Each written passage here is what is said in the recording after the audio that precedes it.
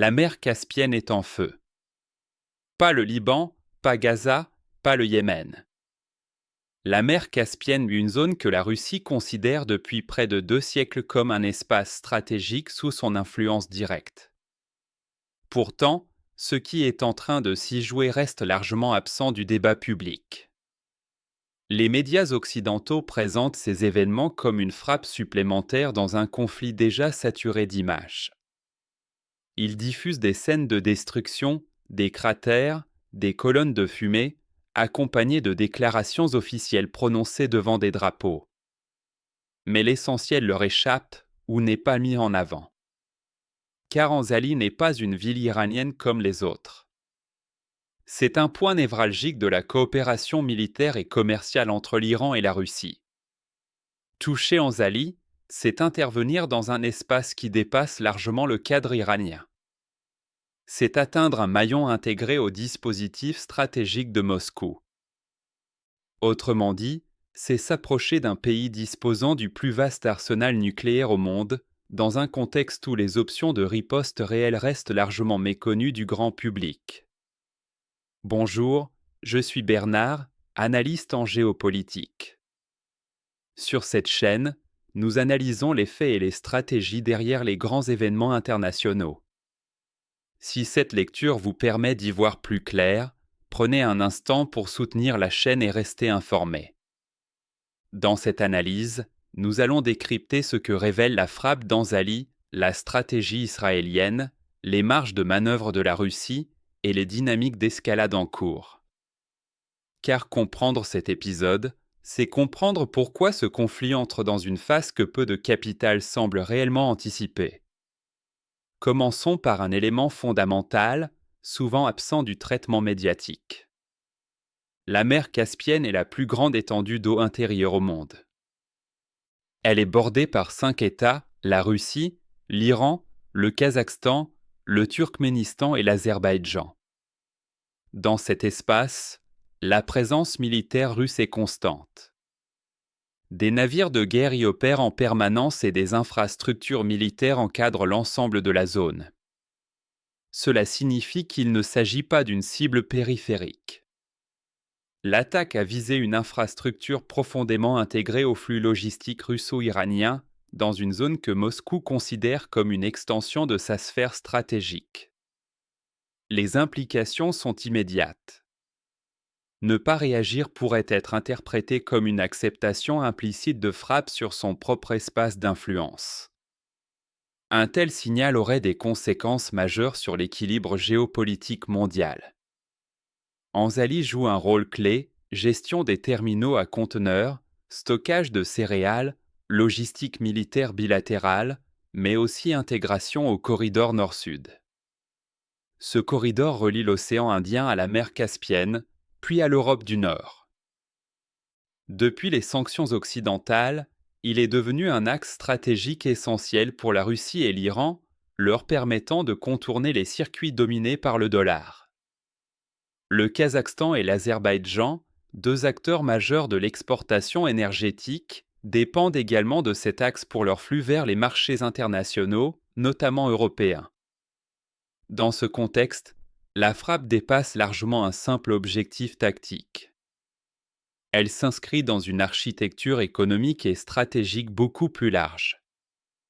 Sur le plan militaire, plusieurs éléments récents viennent accentuer ce contraste stratégique. Au cours des 18 derniers mois, des frappes iraniennes ont réussi à franchir à plusieurs reprises les systèmes de défense israéliens, malgré leur réputation d'efficacité. Dans le même temps, au Liban, le Hezbollah exerce une pression constante sur les forces israéliennes, infligeant des pertes significatives.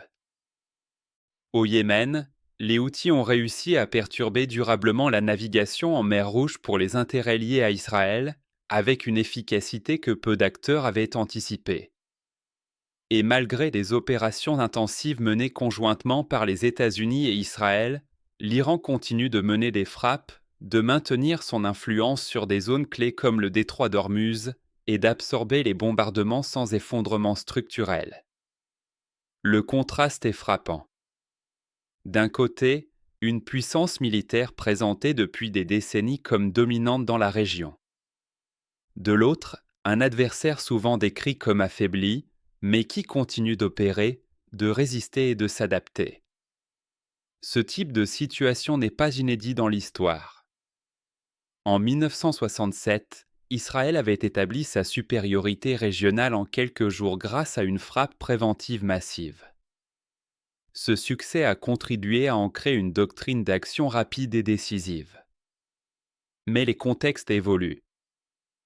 En 1982, l'intervention au Liban, censée être rapide, s'est prolongée pendant près de 2 décennies et a contribué à l'émergence du Hezbollah. En 2006, une nouvelle confrontation avec ce même acteur devait démontrer une capacité de dissuasion. Elle s'est conclue sans victoire décisive, tout en renforçant durablement les capacités du Hezbollah. Ces précédents montrent qu'une extension géographique du conflit ne garantit pas toujours l'atteinte des objectifs initiaux. Pour illustrer cette dynamique, prenons une analogie simple. Imaginez un immeuble dans lequel un locataire vous cause des désagréments depuis des mois. Vous avez tenté plusieurs actions indirectes pour le faire partir, sans succès. Puis, vous décidez d'intervenir non plus contre ce voisin, mais contre les infrastructures communes de l'immeuble appartenant au propriétaire. Or, ce propriétaire, jusqu'alors neutre, dispose de moyens bien supérieurs aux vôtres. En intervenant sur ces installations, vous changez la nature du rapport de force. C'est une dynamique comparable à celle observée avec la frappe d'Anzali. Sur le plan structurel, un élément clé mérite d'être rappelé. Il y a environ 2 ans, la Russie a proposé à l'Iran un traité de défense mutuelle sur un modèle similaire à certains accords existants avec d'autres partenaires stratégiques. Ce traité prévoyait une obligation de réponse militaire en cas d'attaque contre l'une des parties. L'Iran a choisi de ne pas le signer. Une partie de ses élites politiques estimait alors qu'il restait possible de maintenir un dialogue avec les puissances occidentales et qu'un engagement formel avec Moscou pourrait fermer cette option. Cette décision a laissé une marge de manœuvre à Israël. En l'absence de traité contraignant, aucune obligation formelle ne lie la Russie à une réponse militaire directe. Il est probable que cette donnée ait été intégrée dans les calculs stratégiques des décideurs israéliens.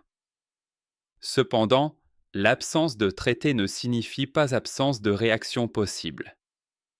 Et c'est précisément là que réside l'un des enjeux majeurs de cette situation.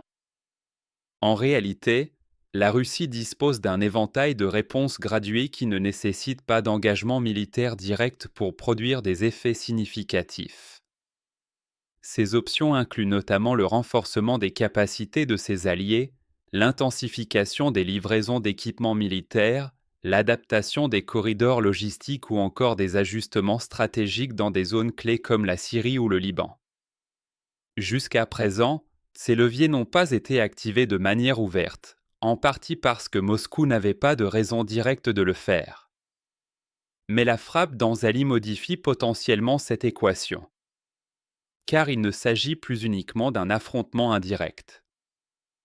C'est une action qui touche un espace perçu comme stratégique par la Russie.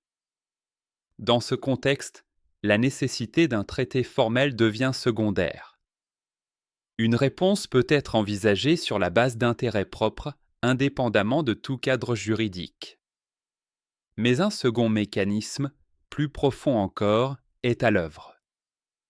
La frappe d'Anzali ne fragilise pas nécessairement la coopération russo-iranienne. Elle peut, au contraire, la renforcer politiquement. En effet, après avoir refusé un traité de défense mutuelle pour préserver une certaine flexibilité diplomatique, l'Iran se retrouve face à une situation où des infrastructures liées à cette coopération sont ciblées, sans qu'un cadre de protection formel n'existe.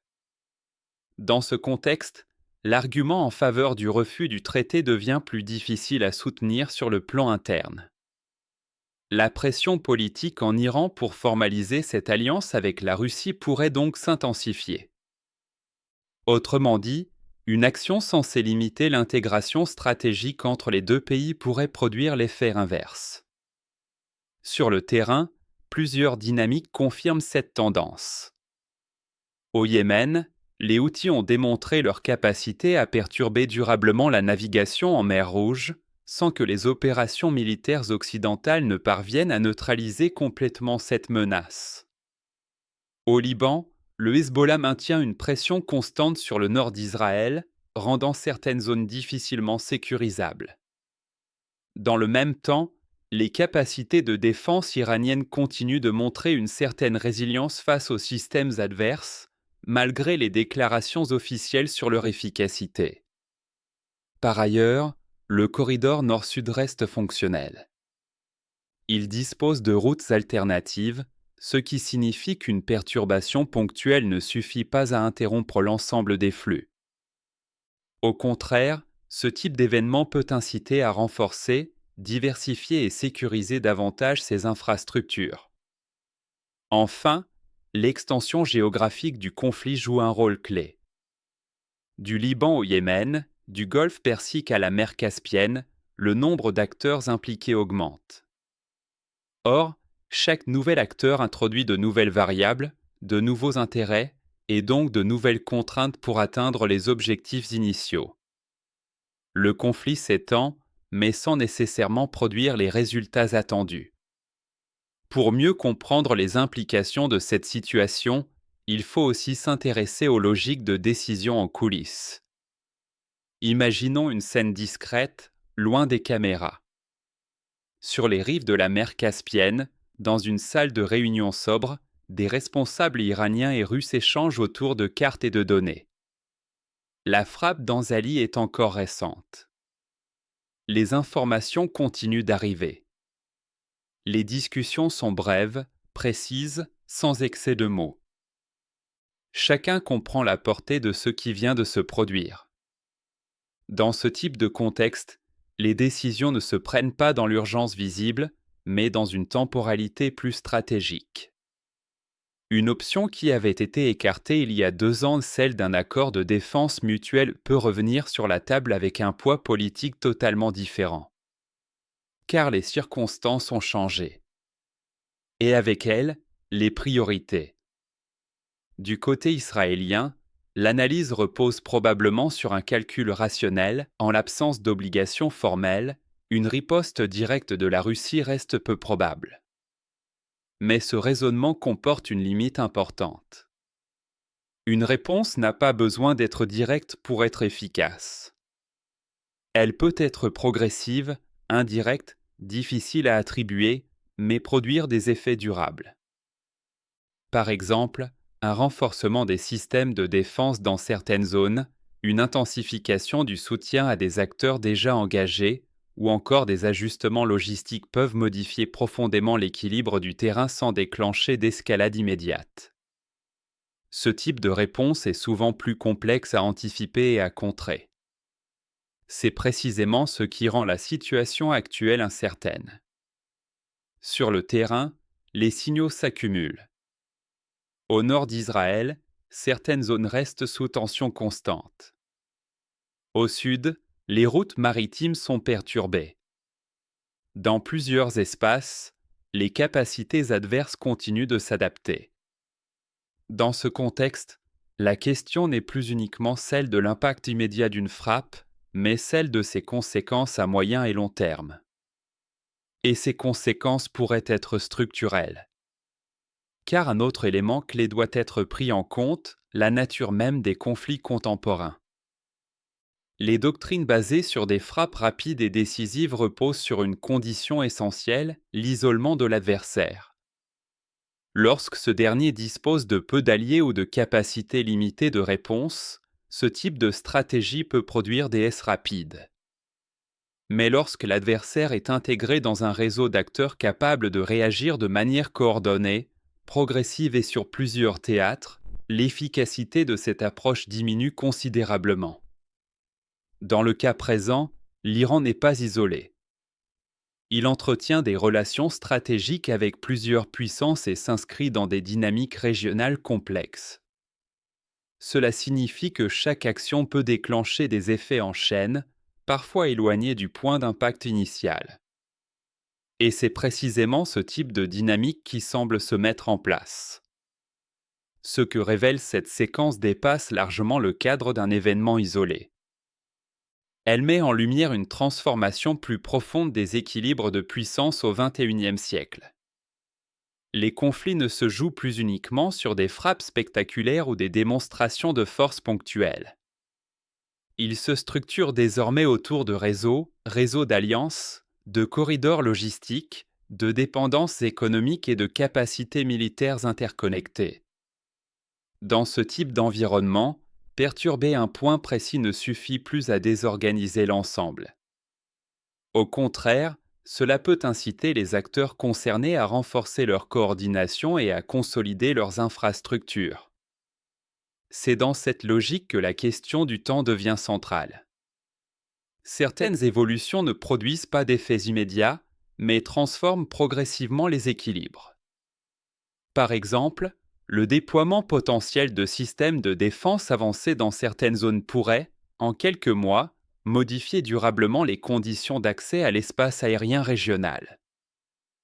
À moyen terme, la formalisation d'alliances jusqu'ici informelles pourrait redéfinir les lignes de fracture géopolitique.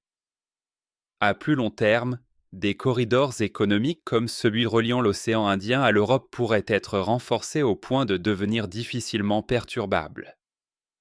Autrement dit, une action ponctuelle peut accélérer des dynamiques structurelles qui étaient déjà en cours. Et c'est précisément ce qui rend ce type de situation difficile à anticiper. Car les effets les plus déterminants ne sont pas toujours visibles immédiatement. Ils se construisent dans le temps à travers des ajustements progressifs, des décisions politiques et des évolutions stratégiques. Dans ce contexte, une question se pose. Si une frappe ciblée peut déclencher une cascade de conséquences aussi larges, quelles autres actions, dans d'autres régions du monde, produisent actuellement des effets comparables sans être pleinement analysées? Cette interrogation renvoie à une réalité plus globale. Le rapport de force contemporain repose de moins en moins sur la capacité à frapper rapidement et de plus en plus sur la capacité à structurer des systèmes résilients, alliances durables, infrastructures logistiques solides, architecture de sécurité cohérente. Ce sont ces éléments qui déterminent, sur le long terme, la capacité d'un acteur à s'imposer dans un environnement international complexe. Dans ce cadre, la coopération entre l'Iran et la Russie apparaît comme un facteur structurant dont les implications dépassent largement le théâtre régional. Et la frappe d'Anzali pourrait, paradoxalement, contribuer à accélérer cette dynamique.